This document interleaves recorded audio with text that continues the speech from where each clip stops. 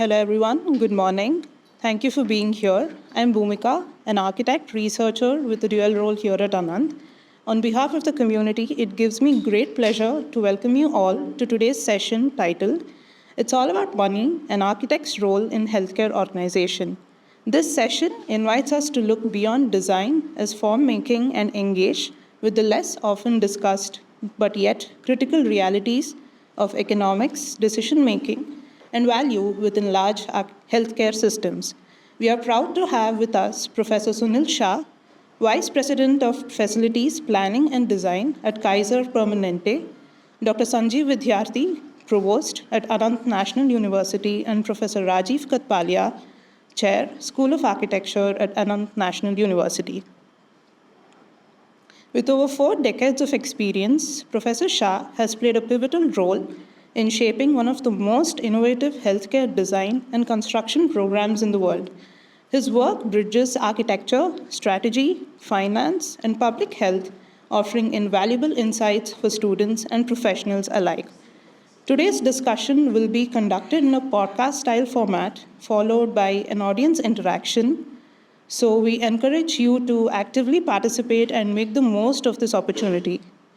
And without further ado, please join me in welcoming Professor Sunil Shah to begin today's session. Thank you, and we hope you enjoy the discussion. Thank you, Bhumika. It gives me immense pleasure to welcome Sunil on this campus. And it is at short notice, as you would recall, but this so happened that Sunil was in town and we didn't want to lose this opportunity. What is, apart from the catchy title of the talk, that's all about the money, what this talk is actually important to us is for a couple reasons.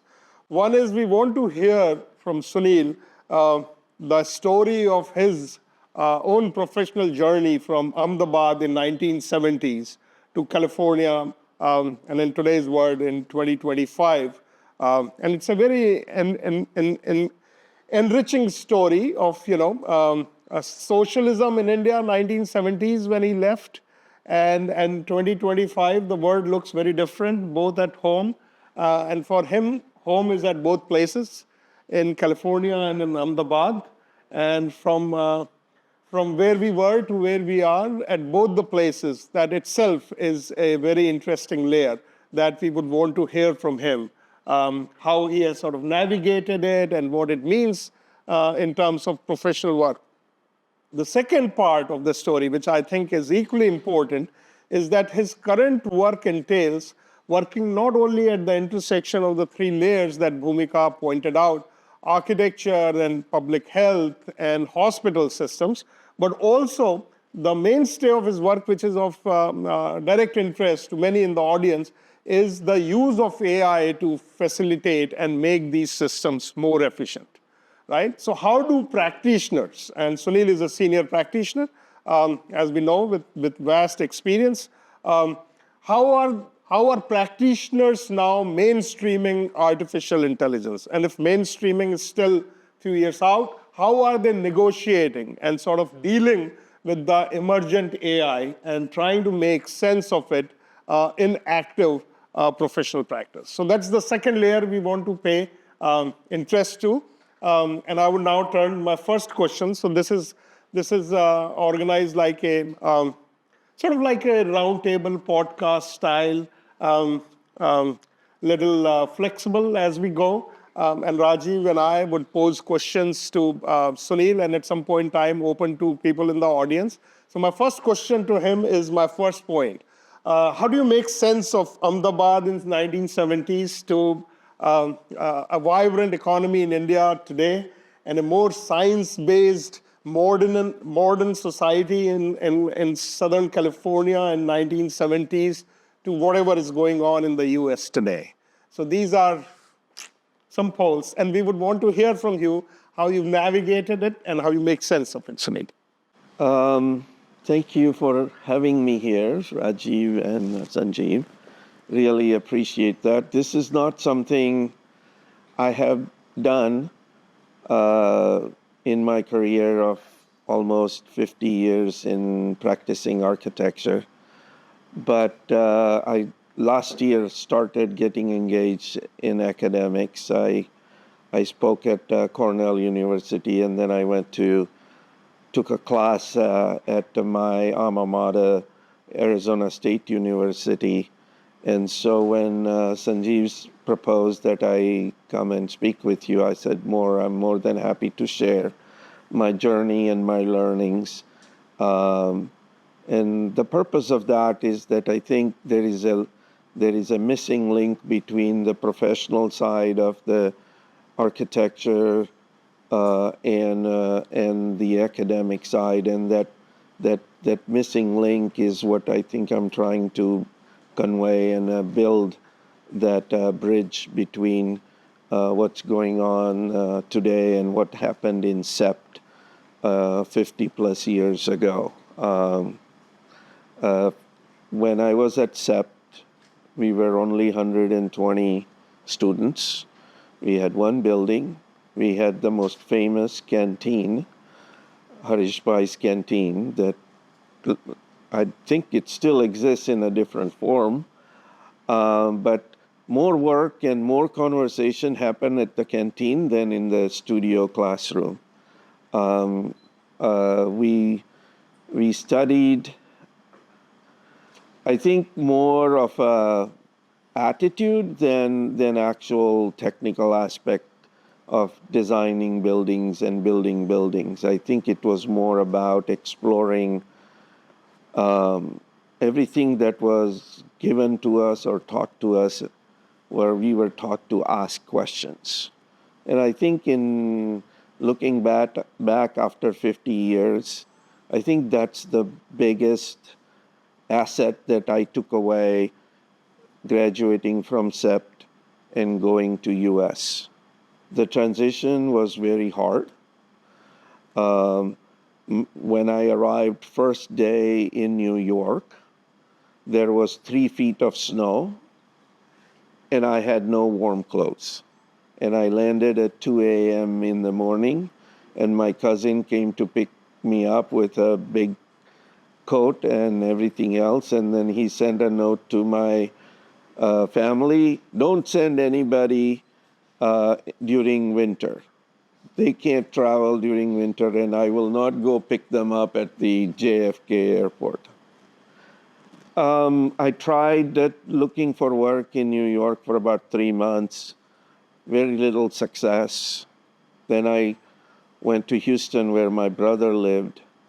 My very first job was, I found a job next day because Houston was booming.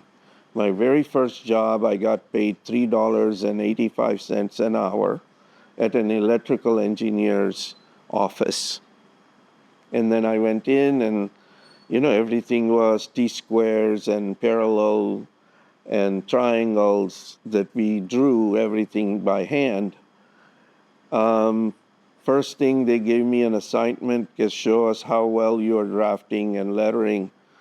And within an hour, they told me I didn't know how to letter on the drawings. So come every morning and practice your lettering, handwriting. Fine.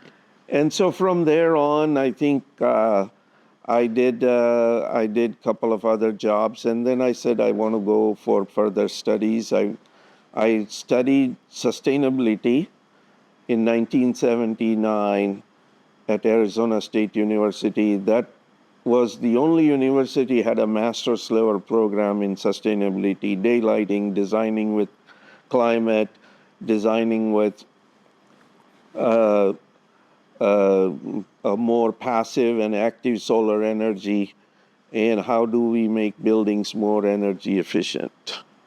Fast forward to 1982, Ronald Reagan got elected. All of the investment into sustainability just went out the door because oil was plentiful, and so I went back to doing architecture, and I worked at a large, very high-end design firm called CRS in Houston. Then I went to work for HOK in LA. And we were growing, we were young and wanted to have family, and we were looking for stability.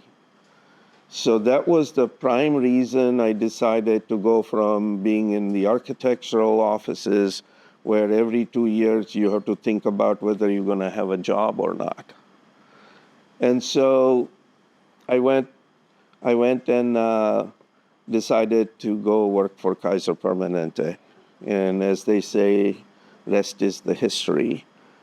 This is my 40th year at Kaiser Permanente, and I have worked from a project coordinator, project manager, project director, executive director, and vice president currently at Kaiser Permanente. I'm responsible for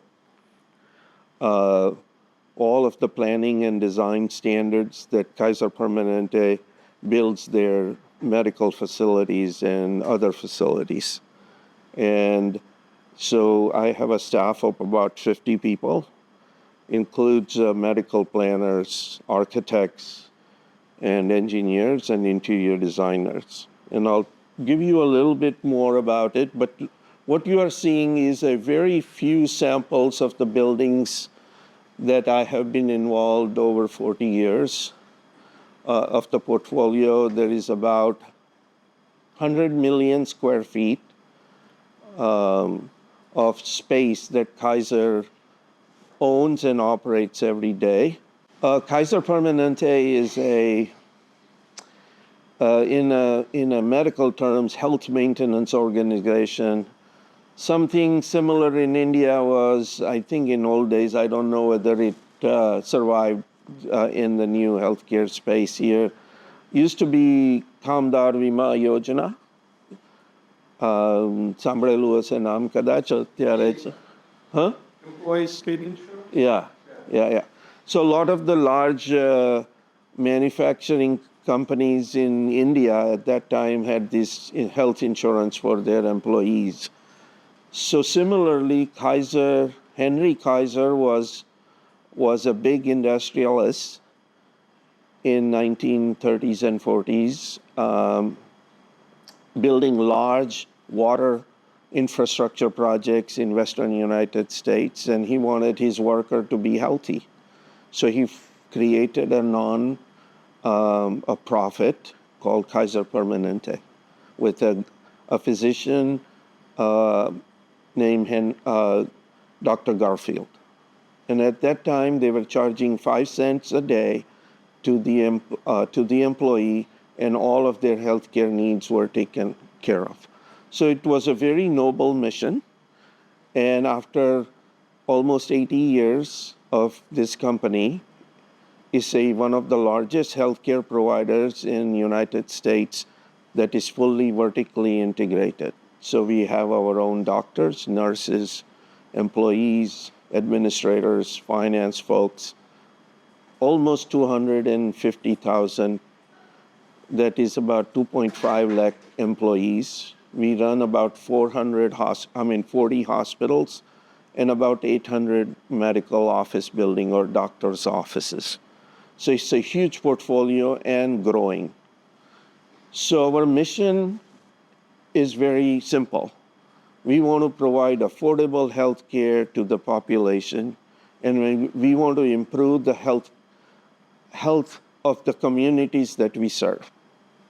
So it's a very noble mission. Out of all of the enterprises that Henry Kaiser had created, including steel mills and shipbuilding and airplanes and all of that, today is this nonprofit is the only surviving entity.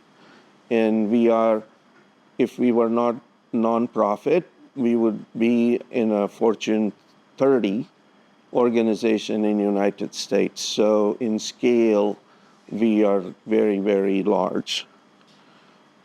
So you can see we serve about 12.5 million people who get healthcare from us. Our revenue, I think last time I checked before this slide needs to get updated, is about $120 billion a year. We have 25,000 physicians who work with us. We are in 8 states. And so there is some statistic. In our capital program, every year we spend about $4 to $5 billion a year. So on any given day, we have about 4,000 projects active, from small remodel projects in our existing buildings to building brand new hospital campuses across United States. So that's kind of an overview and my journey to date in my career. And I would say, looking back at this journey, I would say I wouldn't have it any other way. And I feel like I have, as an architect, when I went to school, I never imagined that I would be able to make an impact on the people's health in a way that is very unique, in the sense that I contributed to general population's health, and it's very fulfilling mission. And that's why I have survived in an organization for 40 years. It's a very challenging environment. And I feel as an architect, I made a big difference in what happens. Kaiser Permanente see every year, our doctors see 65 million patients. So you can imagine the environment that doctors practice has a lot also to do with the outcome of the patient's health. And that's what's fulfilling in terms of why I do what I do every day for the last 40 years. Hope that kind of covers some of your first layer, as you were saying. Sure, Sunil. Rajeev, you have a question for it? We'll come back to the AI question a little later. Yeah. No, I'm fascinated by your journey. I think what I would like you to share with students out here is really to understand that, your training as an architect. In what ways did that basic training help you to achieve? Because today you're not dealing with just architecture, you're dealing with understanding how an organization functions. And I think that's something that most architects are not trained to think about. You're also sort of dealing with the idea that not only a business organization, but connected to the well-being of people. So that makes it even more significant. And as I can see from the way you spoke about that, being involved with something much, much larger than yourself. And beyond just the fact that you put together a building, it's putting together a system. So maybe you can perhaps share some things about. Sure, I think first thing, if you're in an architect, you really are focused on, in my career, somehow I ended up getting at these large architectural firm, get pigeonholed into technical side of it rather than a design. There are a lot of silos in these large architectural design firms. The designers do design, the production people do all the construction drawings and detailing and all of that, and project managers are managing the client relationship and going to the meetings and going to the construction management people do the construction management on the job site. So for one reason or the other, I ended up in a silo that was more production oriented. So for days and years out, I would do door details and waterproofing detail and window details and all of those things. So as we got trained at SEPT, we never thought that I would get that into a pigeonhole. And so that was part of the frustration also working in the architectural firm. So when I went to Kaiser, the first thing that I realized is that in order for a project to actually happen, you need to get the project approved. And the approval process that involves not only doctors and nurses, but people with money.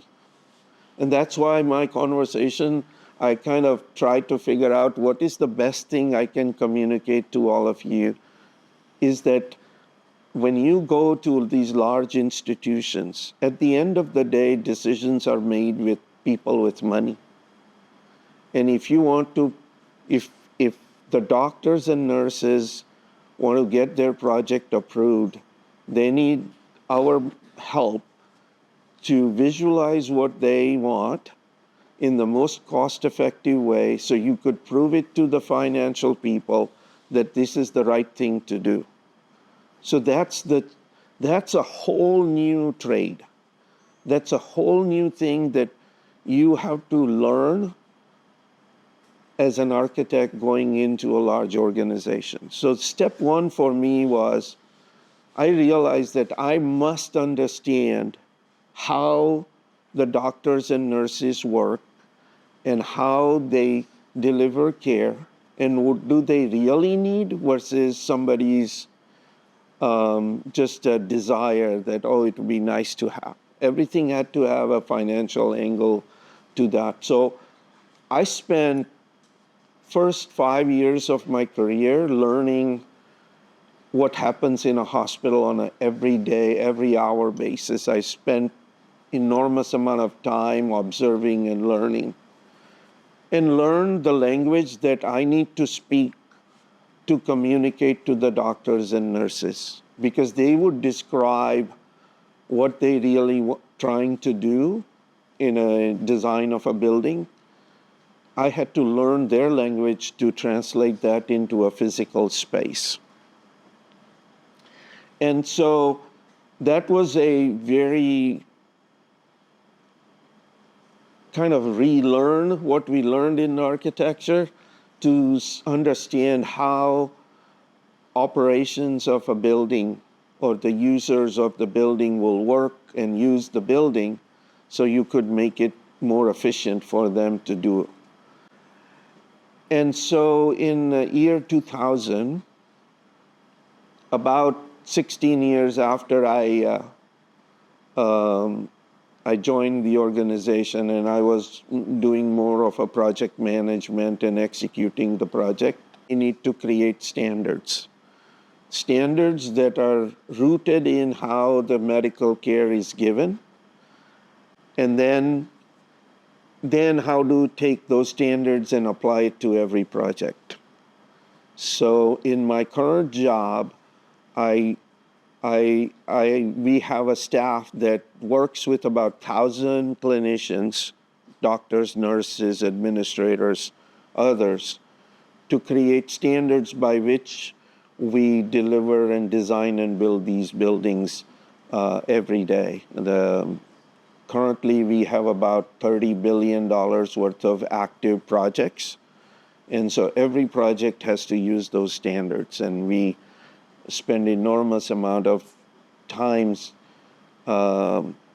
creating and maintaining those standards. So to answer your question, I think first you have to learn to speak the language, and then you have to earn their trust, that you are on their side, that there is a relationship in the organization of this scale where you need to be viewed as an advocate for the doctors, and nurses have to view as an advocate for their project to get approval.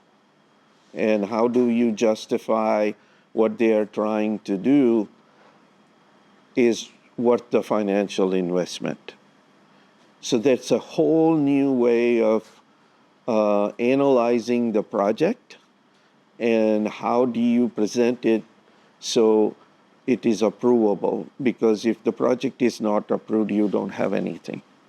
And so on a yearly basis, I must work on 200 to 300 projects, from $1 million to $1 billion, $3 billion, $4 billion hospital complex. We work on that on a daily basis. In my current position, I don't actually do a project design anymore. I manage this way up front. So currently it takes us about 6 years to build a hospital. From the day financially somebody says, yes, go build this hospital, it takes us 6 years to open the doors. So I'm working on projects that will not open doors till 2035. So we are planning that far in advance, and that's my current work. But I can communicate to you as architectural students that you must learn, whichever industry you are working in, you must learn the language of the industry and must learn how the projects get approved. Did I?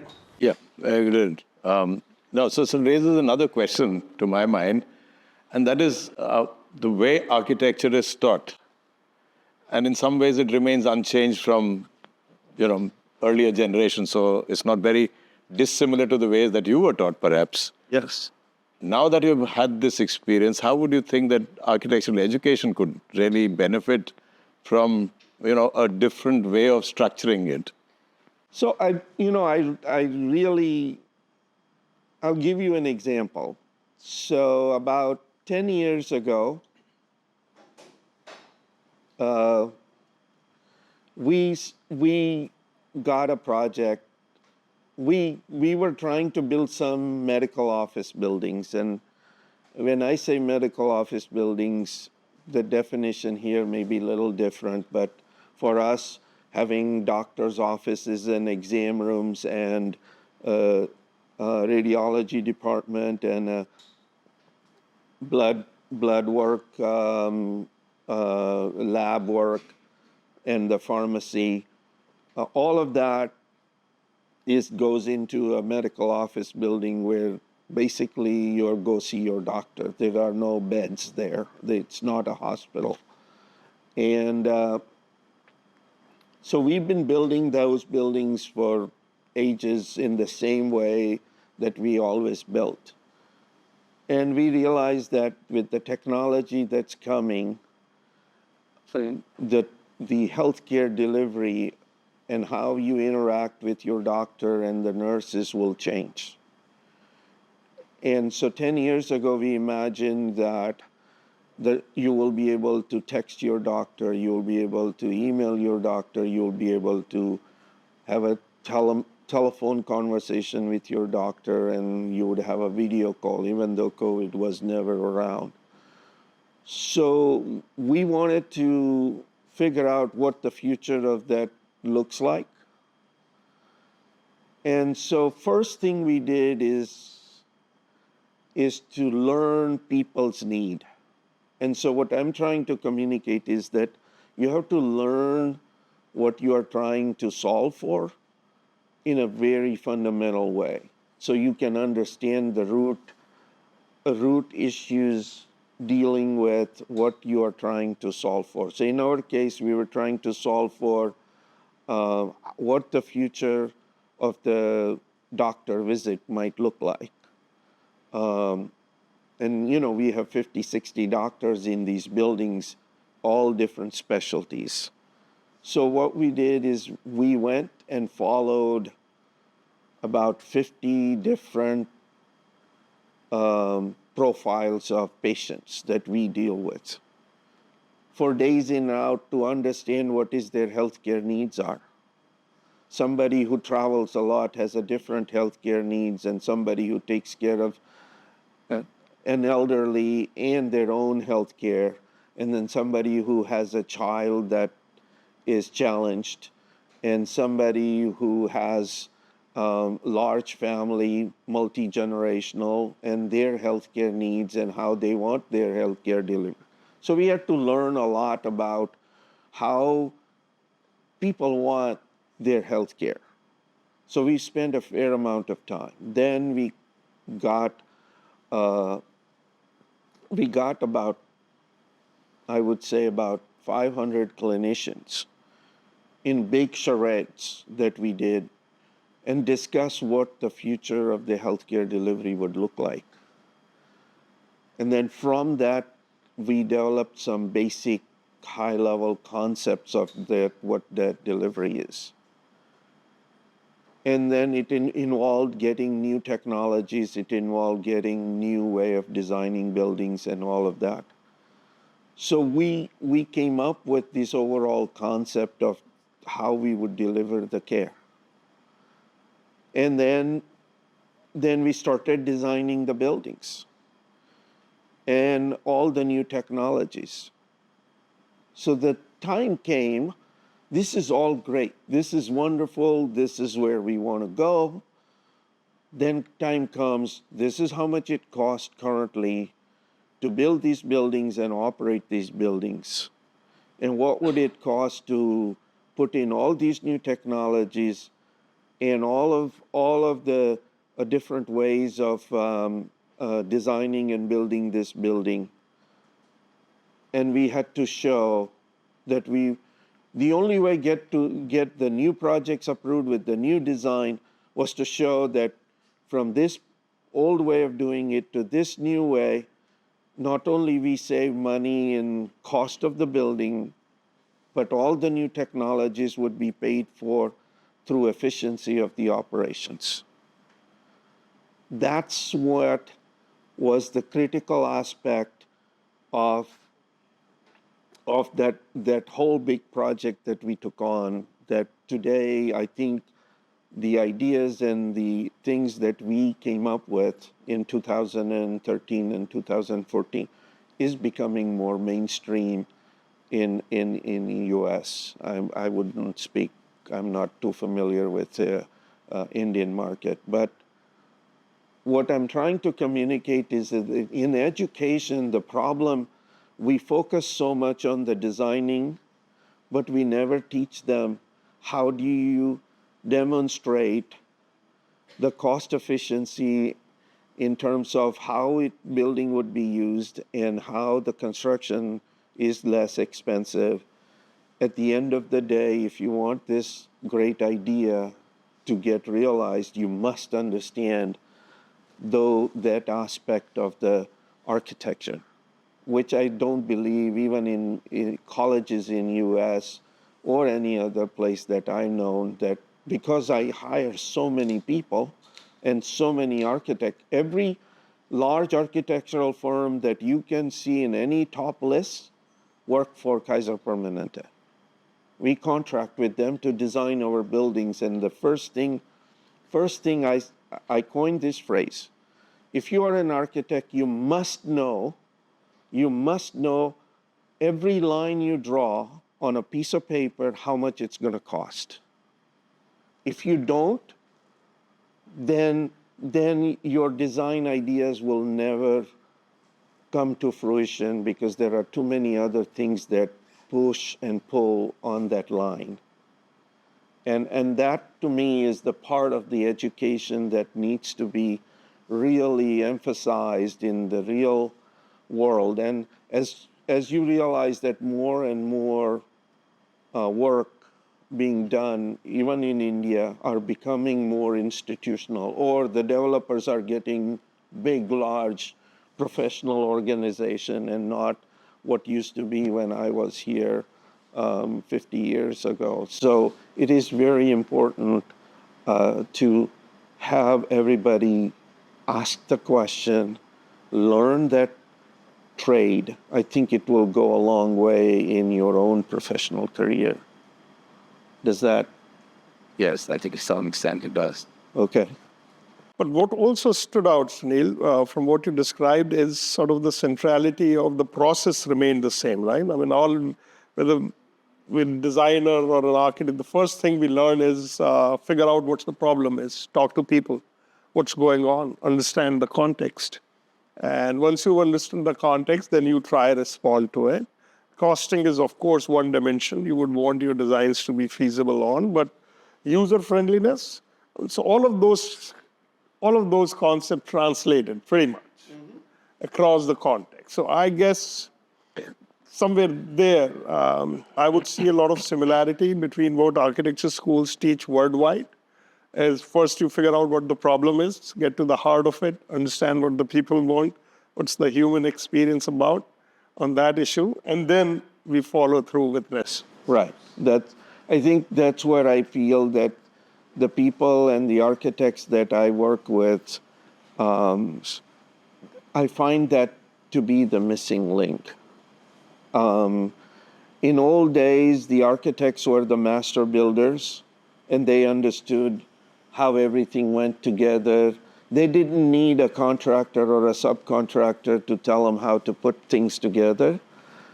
I think we need to, the profession needs to get to that, that we can speak with authority with the rest of the trades in the design and construction industry. What I find, at least in US, is that architects have given up on knowing to be that master builder. And I believe that's one of the things that I'm saying as an architect. You must know how much it costs before you draw the line. It's that trying to recapture that master builder title in my mind that allows us to control the product that we put out, and satisfaction of seeing the building you designed functioning the way you imagined and delivering the experience, regardless of healthcare architecture or any other architecture. It's delivering on what you really imagined. And that's what's fulfilling as an architect, in my opinion. Sure. I want to turn the attention a little bit on the use of artificial intelligence and how that is shaping your work currently, Sunil. So about 5 years ago, in our organization, there are two things that on a daily or hourly basis I get asked. Why does it cost so much, and why does it take so long? I don't know whether you have realized or heard these two things, but in my organization, that's usually the question every time we go try to get funding for our projects. Can I jump in for just a second here? To my mind, these are the traits of late capitalism. You know? Capitalism is about efficiency and doing it faster. How fast can we build and how cheaper can we build? In India, we are early, this is early stages of liberalization, where we worry about cost, but not as much. We are still, as this building itself perhaps stand testimony, that costs are important, but we are sort of beginning to be more liberal with our spending. And also with time. Maybe the country is only 250 years old. We've in a 5,000 years old country. We can take perhaps a little longer. We could be a little more patient when things come. It has nothing to do with where you go in the world. Finance people are always about these two questions. When you try to go, even in here, and as liberal as the donations and other things are, people still want to ask that same question that happens here. And so our journey began trying to answer this question and explore what are the cost drivers for any project. And in the simplest form, the size or the square feet you are building and the cost per square feet. So as an architect, we have a very limited impact on cost of the material, because you will always get, the market decides how much a brick or how much a cubic yard of concrete or ton of steel will cost. And we cannot really impact that. But from that to when it becomes a building product or a material, there are so many people in between and the processes that add cost. And what we try to do is to figure out all of those processes of really taking a brick from a brickyard and placing it into a building. What does it cost to do exactly that, where to put that brick? We found duplication over duplication of people and processes involved. So a brick may cost $10. By the time we place it, was $100. And so we said we could literally have to really work on that process and take out all the redundant processes so that brick, instead of costing $100 when it is placed, it could be cost $80. And we, as an architect, if you will, the square feet we build is what is the IP that architect brings to a project. So that IP, that training as an architect you have, is to design the most efficient building you can in the smallest square feet and deliver the capacity that you need to do whatever the function of this building was. So how do you reduce the size? So we try to tackle both of that part of the equation of the total cost of the project. So very first, let's just take the process of design. We spend enormous amount of time rolling out a yellow tracing paper that I did for years and years, and I still do actually. I do have a tracing paper that I use sketches because my architects not always understand what Kaiser needs. And realize that an organization like Kaiser, which I kind of nicknamed as a serial builder, we keep building. We keep building similar things over and over and over the last 40 years of my career. So we are a serial builder. Why do we reinvent and roll out a single piece of or blank piece of paper to start the design? And the cost that's involved in designing it that way, we realize not only it takes a long time, but it costs a lot of money. And so what we said, we want to invest in the data. And so we realized, I think about 10 years, 15 years ago, in 2011, I sponsored Kaiser Permanente, mainly I sponsored a design competition, worldwide design competition called Small Hospital Big Ideas. You can Google it, there's lots of data available on that competition. The funniest thing was that in that competition, one of the winners was a company called Adidas. There were a bunch of chip coming from the chip industry, building chips from Intel to Cisco to others.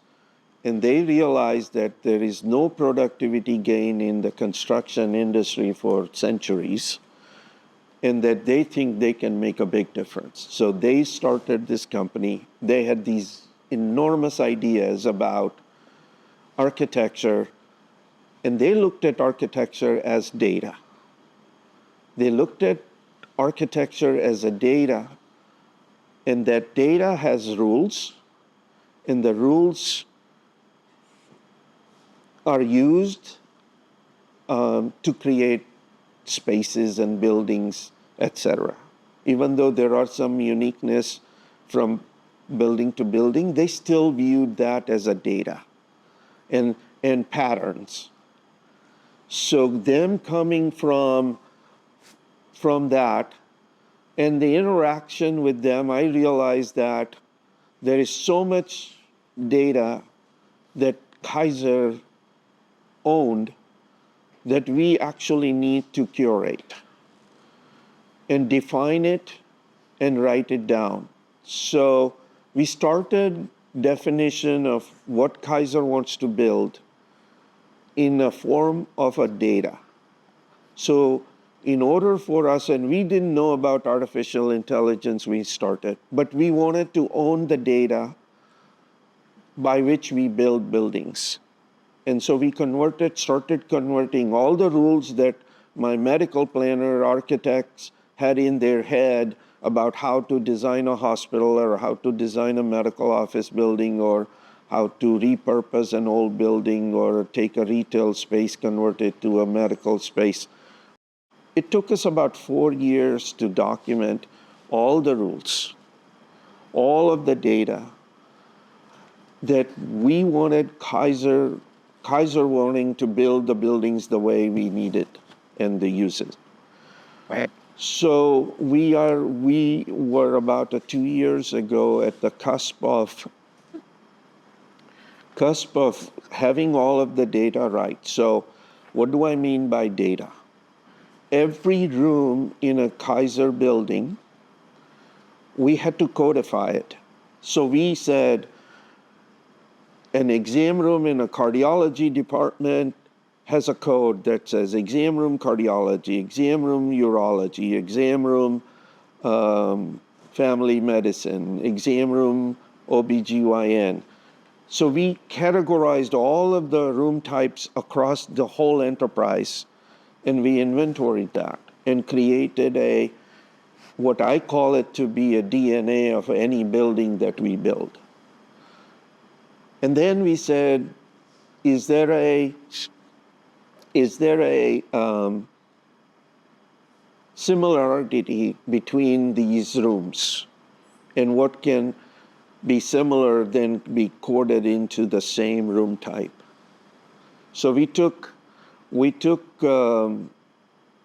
about 300 and some odd room types and consolidated them into about 200 room types with a department code, if you will. And we said, oh, we repeat these rooms over and over and over again. So let's create a template.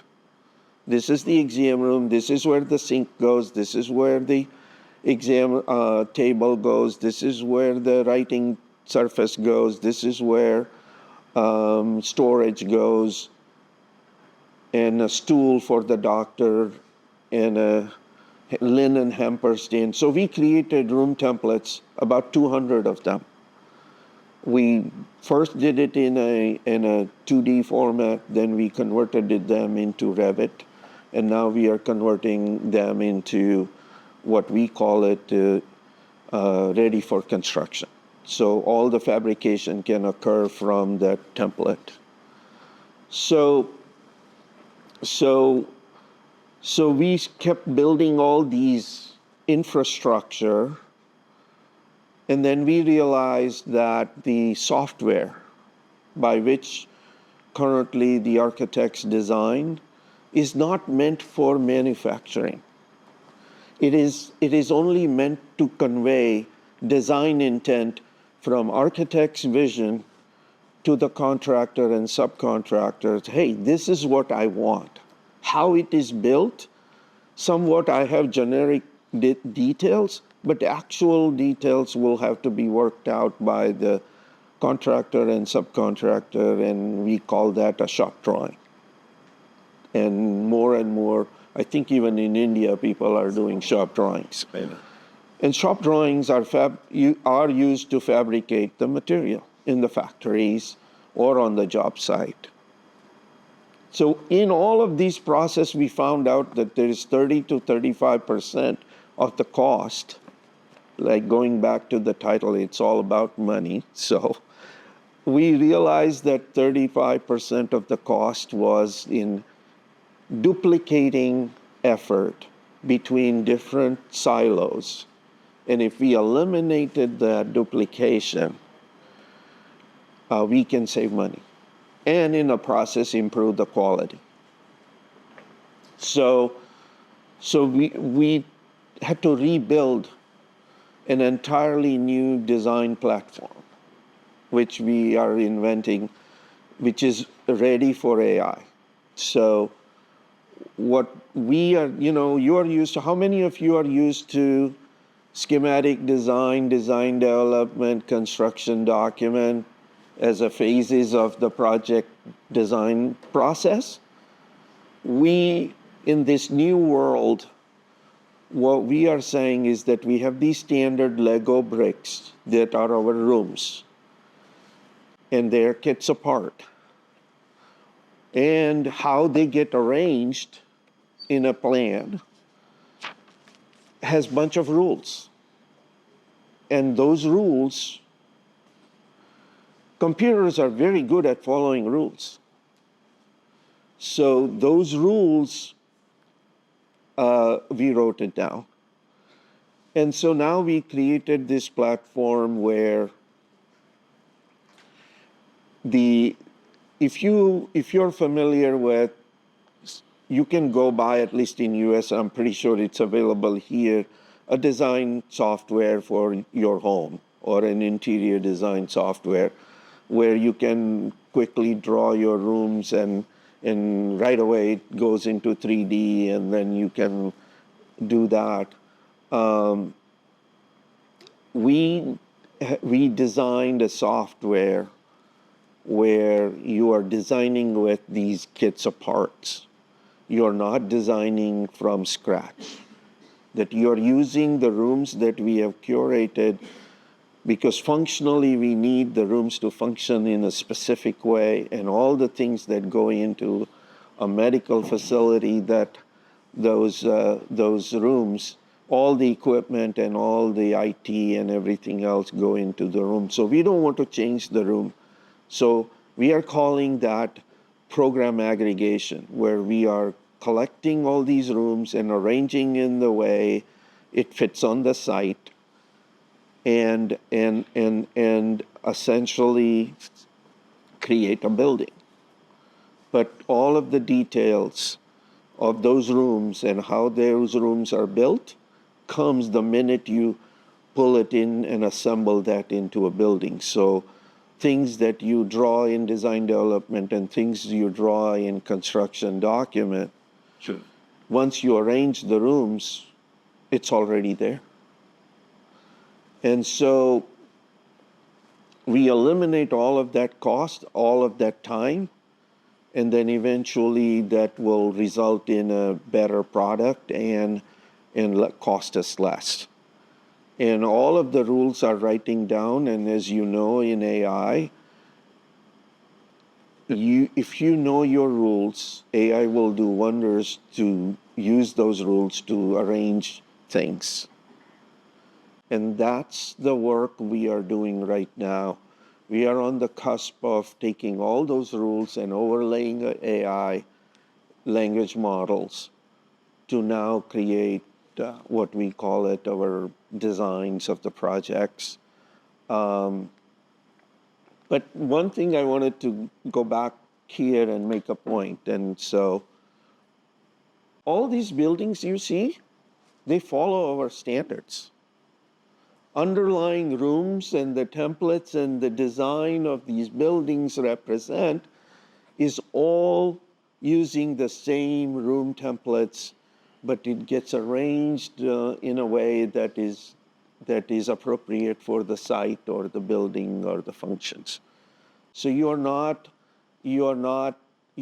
losing the creativity aspect of it, but we are eliminating a lot of redundant, and we call it in our shop talk as a donkey work, out of the equation.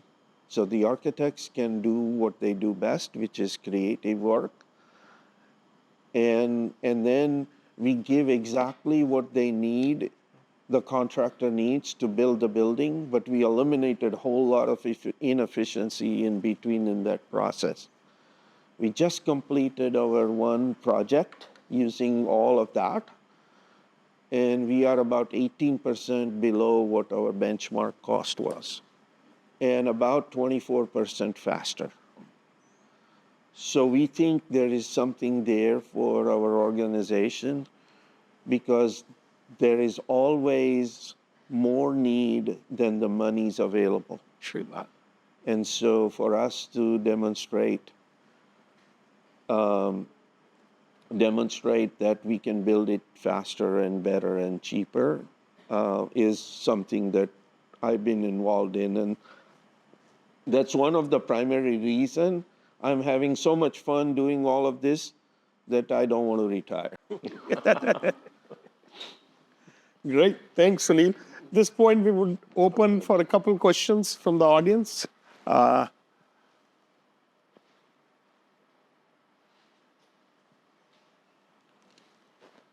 No, Rajeev, you have a question? No, I think that the audience come with some questions. And Prof Shah? yeah.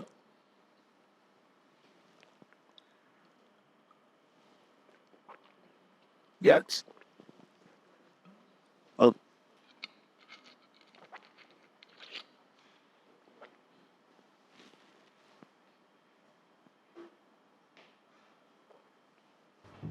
Hi, my name is Prisha. Hi. And I have a question regarding the research part. So when you mentioned that 35% was saved when you eliminated, between the rooms. So how much time do you allocate for the research part? So the data analyzing. So, very interesting question. Healthcare industry is changing very rapidly because of the AI. Because AI is going to change how doctors talk to you or you talk to the doctor. So just take a simple example. You're not feeling well. How many of you actually went on Google and searched what's wrong with you? Right? Right? And Google gave you five answers. Could be this, could be this, could be this, could be this. Think of your doctor. In old days, I used to go to doctor and I have fever and my tummy hurts or etc. And then he would examine you and he would tell you, okay, take these medicine, I think you'll be fine in 2-3 days, etc., etc., etc., right? Now, when you go see your doctor, you already have Google searched and your doctor said, the Google doctor said that could be 5 things wrong. And you go see your doctor and you say, this is what's wrong with me. And he tells you something totally different, right? So you will have these questions, doctor, but Google said I have these 5 things. So what do? So your doctor's job is to convince you that the diagnosis that he did is the right one and what Google told you was wrong. But now he has to tell you why Google is wrong, right? It's a much more difficult job of a doctor what used to be 20, 30 years ago. And that's changing, that's what's changing the healthcare industry profile in a big way.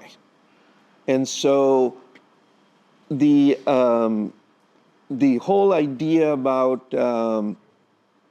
the cost elimination and all of the questions that you asked is that it is very difficult to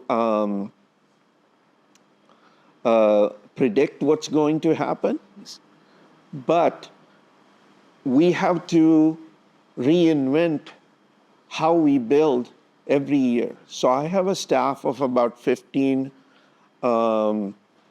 medical planners, architects, who work with our clinicians, about 1,000 clinicians every year.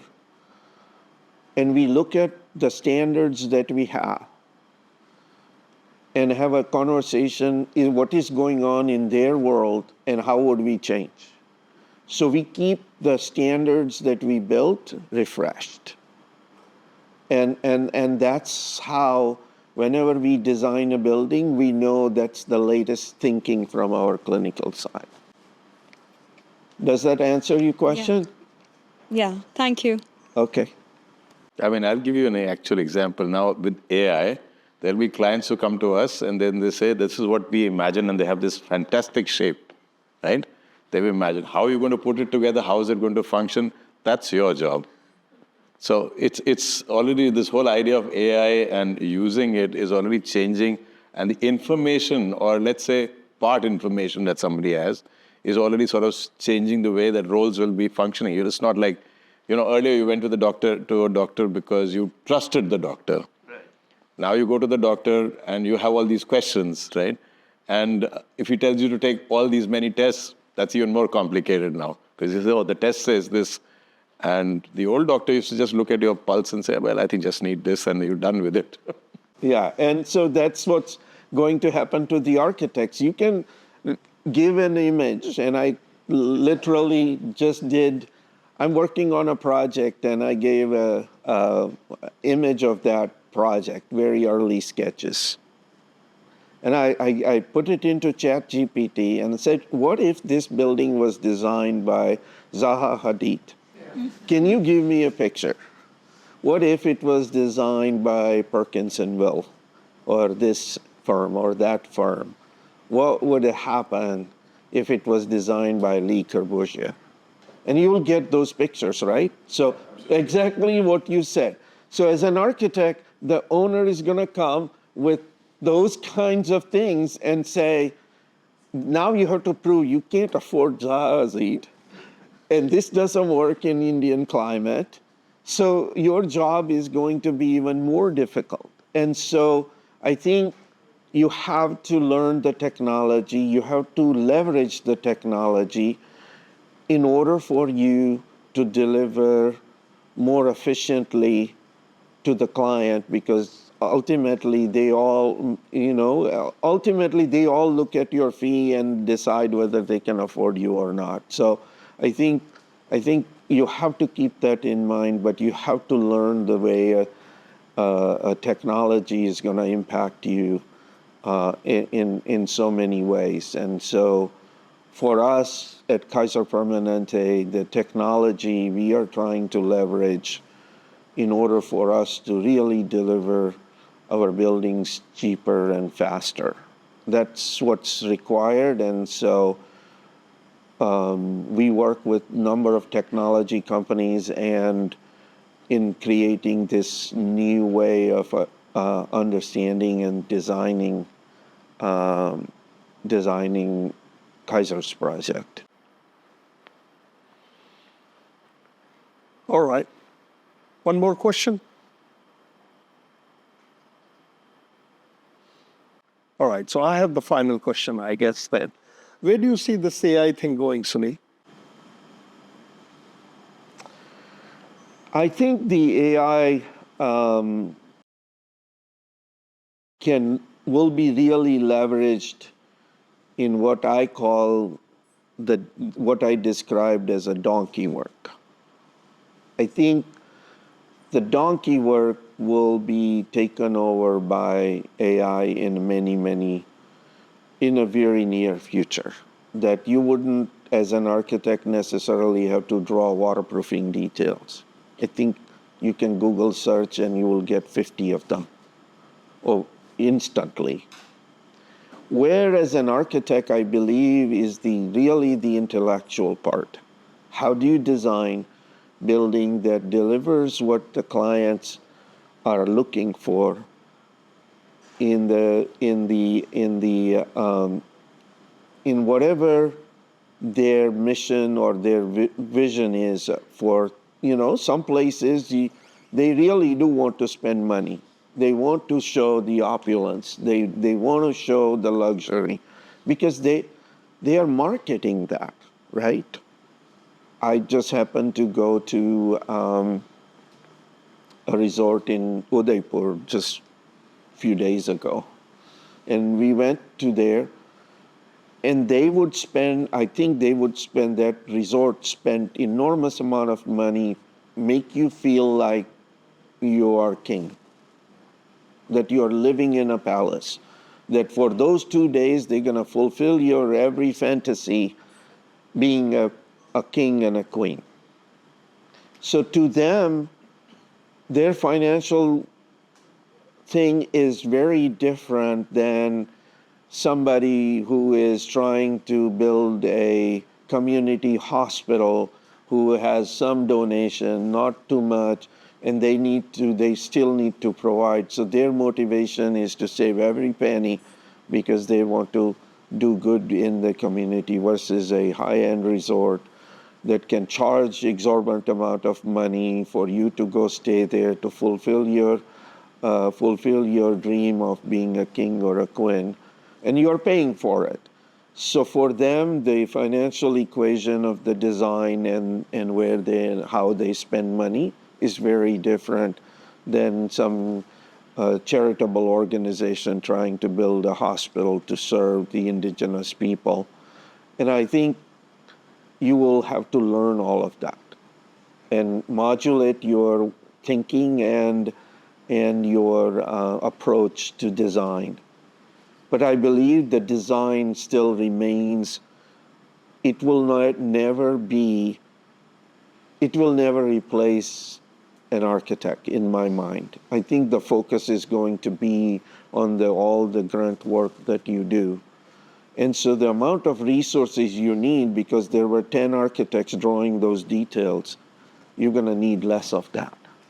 But you're going to have an opportunity to do more creative work. But it remains to be seen. Does that kind of give you my perspective? Is we are leveraging it to save money, just pure and simple, and do it faster. Because our needs are much more than our financial ability to pay for them. So we have to save every penny for Kaiser Permanente. And that's why we were able to afford all of the technology investment, all of the new way of designing, and all of that is because we were able to deliver that 34%. And I think as an architect, if you can demonstrate that your design is so good that you could get something in efficiency for whatever way, then I think you make a big difference in the industry. Great. So with these final words, we want to thank Sunil again for coming and sharing his work and his journey, which is fascinating from what 50 years and more, and the current trends as to what's happening in terms of a very complex kind of an architecture that entails patient care and then systems of increased complexity. Thank you, Sunil. Thank you, Rajeev. Thank you, Sunil.